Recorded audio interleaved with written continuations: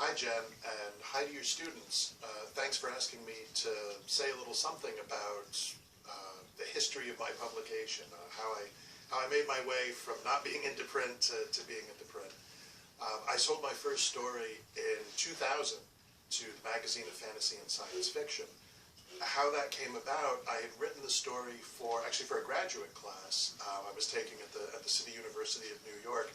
One of our final options was a creative one. So I wrote this very long mummy story. It was about 40 pages long. And when I was done with the story, I thought, man, I think I could do something with this. I think I could publish this.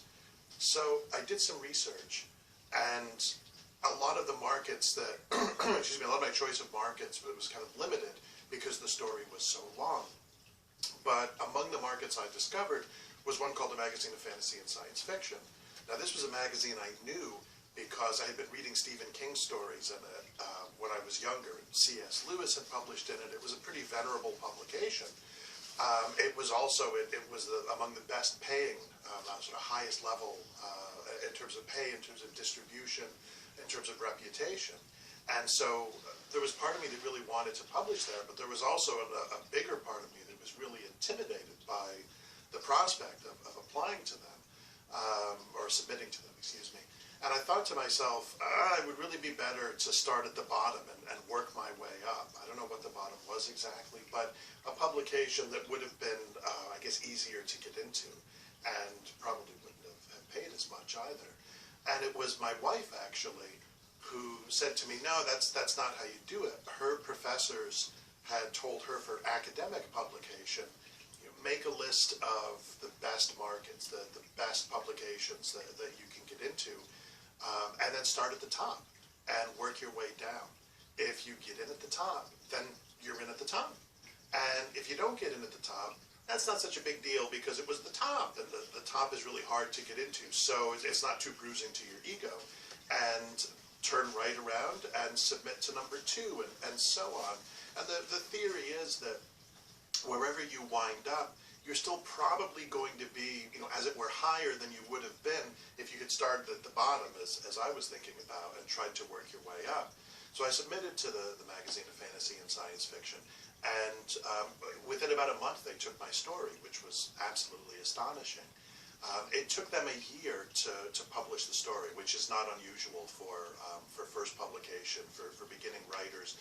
It can take somewhere between a year and 18 months, sometimes longer, for your story to appear. So during that time, I wrote my second story. And my thought was, get the second story written and submitted to them before the first story appears in print. That was my deadline. And I was able to meet it. And it was good in a lot of ways because the first story was much more successful than I was anticipating. And I think that had I waited to write the second story until after that first story appeared, I would have been a little paralyzed by my own success. It's funny, one of the things we teach you how to deal with is failure, but we don't really teach you how to deal with success as a writer. What happens if you publish something and everybody likes it? That can be paralyzing in its own way. You think, oh my God, how am I going to repeat my success? So a couple of things, I guess, then to take away from all of this. That second story especially was also successful. It took another year to appear, during which time I wrote my third story. It was also successful, and it attracted the attention of a number of different editors who invited me to other projects. And here we are now, 16 years after I first sold that story. So things I would say to you, to your students, to keep in mind in terms of publication. Make that list of the places that you really want to appear in, and start at the very top. There's a saying a number of my friends have: don't reject yourself. Don't think to yourself, I could never do that. That's the editor's job to make that decision.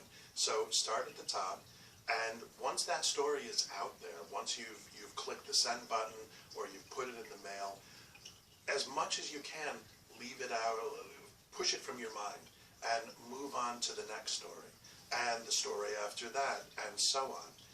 It's also important to be patient. I've seen people in recent, the last couple of months on Facebook and whatever, people I know saying, I submitted a story to to this magazine, and it's been 2 weeks and I still haven't heard back from them.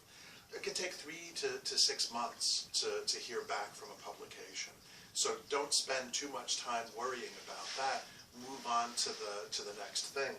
And yeah, that's my best advice to you. Start at the top, be patient, and keep writing.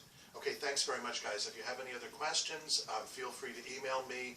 Jen knows my email address. I'd be happy to answer anything that I haven't today. Best of luck.